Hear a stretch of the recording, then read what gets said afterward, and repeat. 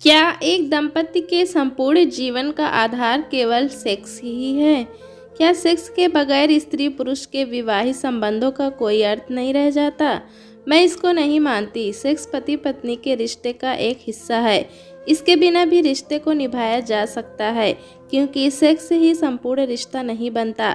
जैसे शरीर के किसी एक अंग को अलग कर देने से इंसान मर नहीं जाता, उसी तरह पति पत्नी के रिश्ते में से सेक्स को अलग करने से रिश्ते की मौत नहीं होती।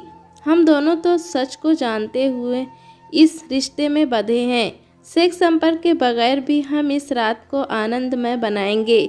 ये हम दोनों के लिए ही पहली परीक्षा है और हमें बिना किसी भय और निराशा के इस परीक्षा की अग्नि से तप कर बाहर निकलना ही होगा।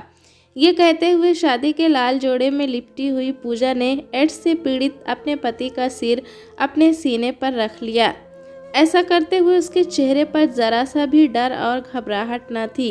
मन को जिस आनंद की अनुभूति हो रही थी वो शरीर के आनंद से कम न थी।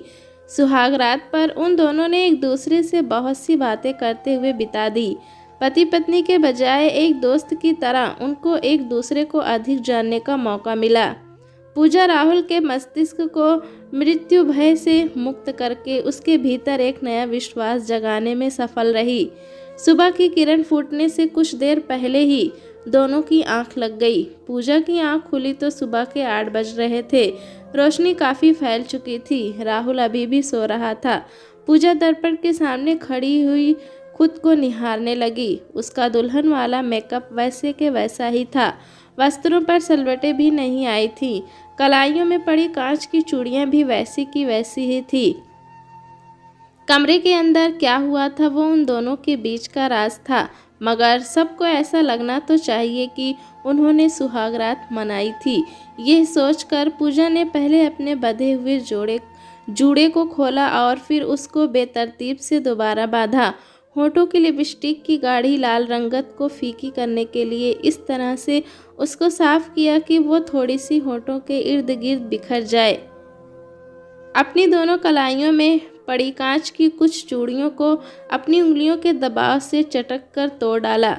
ऐसा करते वक्त एक चूड़ी का तीखा कांच उसकी कलाई में चुभ भी गया। पूजा ने टूटी कांच की चूड़ियों के टुकड़ों को बिस्तर पर बिखेर दिया।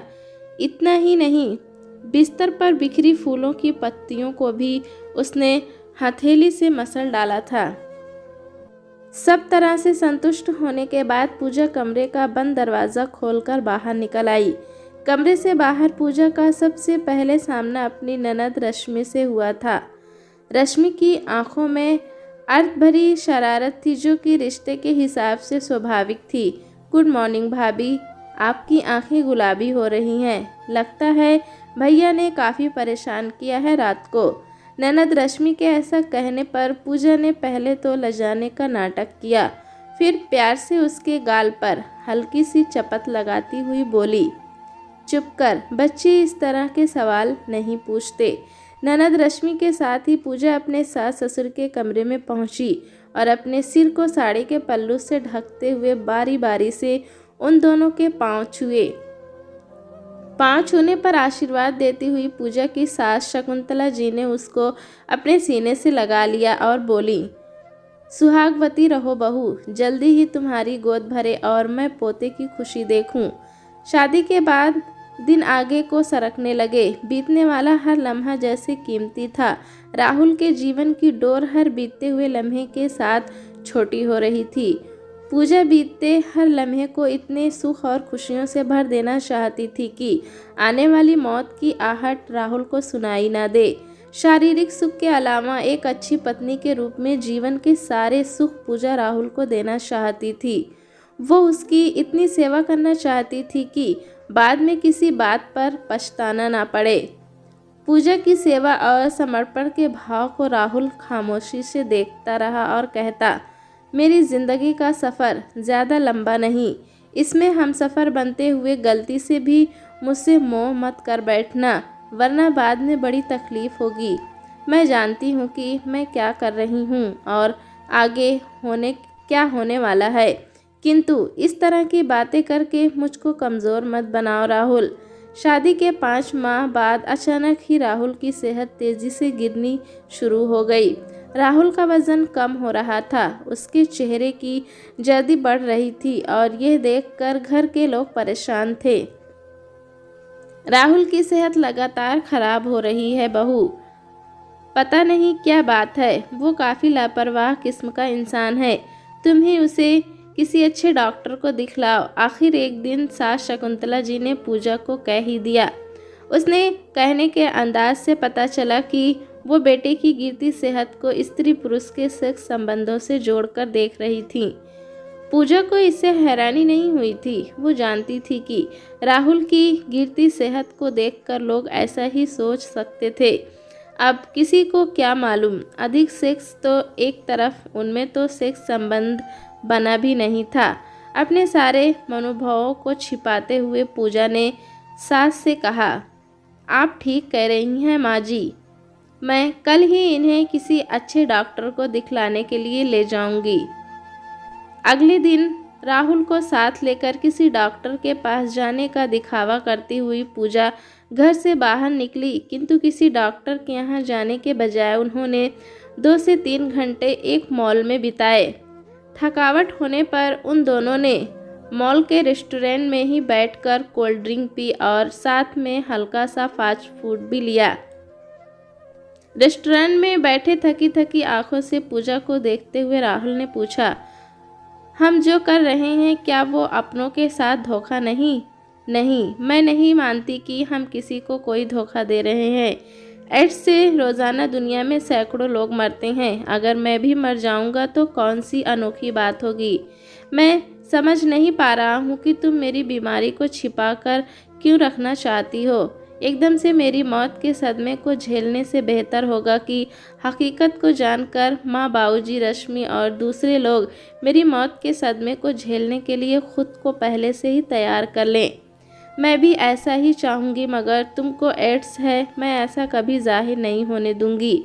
ऐसी दूसरी लाइलाज बीमारियाँ भी तो हैं जिनसे इंसान की मौत यकीनी होती है, जैसे कैंसर, किंतु कैंसर की मौत एड्स से होने वाली मौत से कहीं अधिक सम्मानजनक है। कैंसर डरावना है और एड्स बदनाम।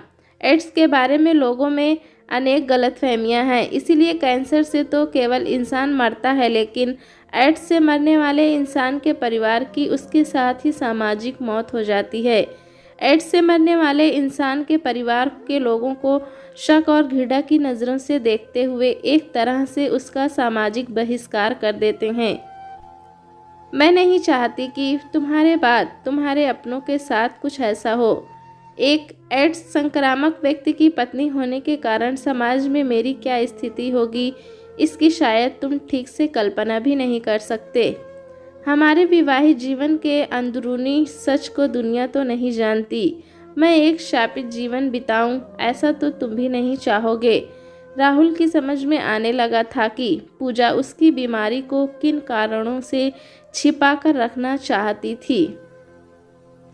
उसकी सोच में केवल आज नहीं, आने वाला कल भी था। जैसे जैसे वक्त करीब आ रहा था, राहुल अंदर से टूट रहा था। अपने प्यार से पूजा टूट रहे राहुल को सहारा देने की कोशिश करती। डॉक्टर को दिखलाने की बात कहकर पूजा राहुल को साथ लेकर घर से बाहर जाती। किसी पार्क या रेस्टोरेंट में 2 से 3 घंटे बिताकर दोनों वापस आ जाते। राहुल एड्स की दवाएं ले रहा था, मगर वे बेअसर हो रही थी। ऐसी स्थिति बन रही थी कि पूजा को लग रहा था कि उसको राहुल की बीमारी को लेकर एक और झूठ बोलना ही होगा। एक रोज़ माजी ने पूजा को हाथ से पकड़कर अपने पास बिठा लिया और बोली, राहुल की ये कैसी बीमारी है बहू, जो ठीक होने का नाम ही नहीं ले रही। तुम ज़रूर मुझसे कुछ छिपा रही हो। मुझको किसी धोखे में मत रखो। मैं राहुल की बीमारी का सच जानना चाहती हूँ। मैं आपसे कुछ भी छिपाना नहीं चाहती माँ जी, लेकिन सच बड़ा ही निर्मम और कठोर है। आप सुन नहीं सकेंगी। आपके बेटे को कैंसर है। हिम्मत करके पूजा को जो कहना था उसने कह दिया। उसके शब्द जैसे बम बनकर माजी के सिर पर फूट पड़ा। सदमे में अपना माथा पकड़ते हुए वो सोफे पर लुढ़क सी गई। उधर सच को छिपाने के लिए पूजा ने जो झूठ बोला उसका चेहरा छिपाए गए सच से कम डरावना नहीं था। पूजा के द्वारा राहुल की बीमारी को कैंसर बतलाने के बाद घर का सारा माहौल ही गमगीन और मातमी हो गया था। माँ जी, बाबूजी और रश्मि की आंखों में से बहने वाले आंसू जैसे थम नहीं रहे थे। कोई ठीक से खा नहीं रहा था। कैंसर का भी दूसरा नाम मौत ही तो था।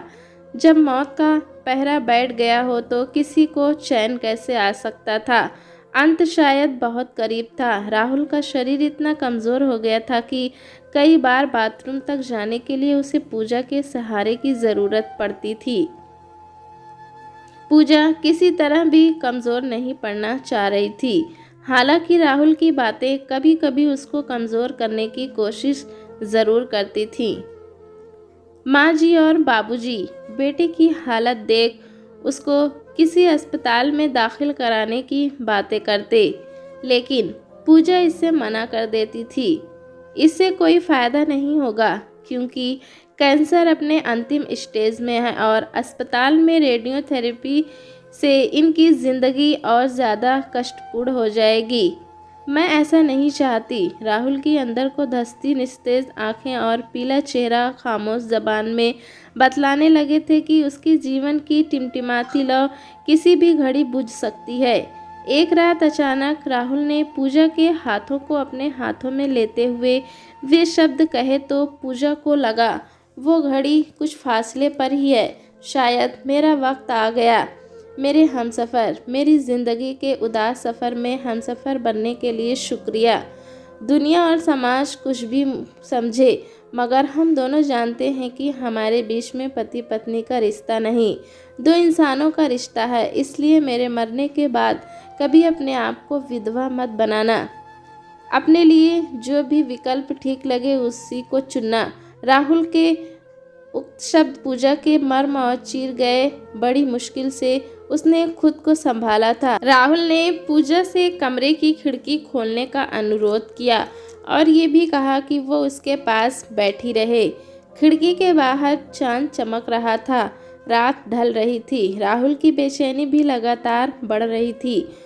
पूजा हौसला देने वाले अंदाज से बीच बीच में उसके ललाट पर अपना हाथ फेर देती थी। डॉक्टर के बताए अनुसार उसने राहुल को दवा भी दी तो उसने आंखें बंद कर ली। बैठे बैठे ही न जाने कब पूजा को कुछ मिनटों के लिए नींद की झपकी आ गई। झपकी जब टूटी तो सब खत्म हो चुका था। राहुल की खुली आंखें पथरा चुकी थी। वो सबसे दूर जा चुका था। दोस्तों, कहानी कैसी लगी हमें कमेंट में ज़रूर बताएं। चैनल पे नए हैं तो एक लाइक और सब्सक्राइब करना ना भूलें।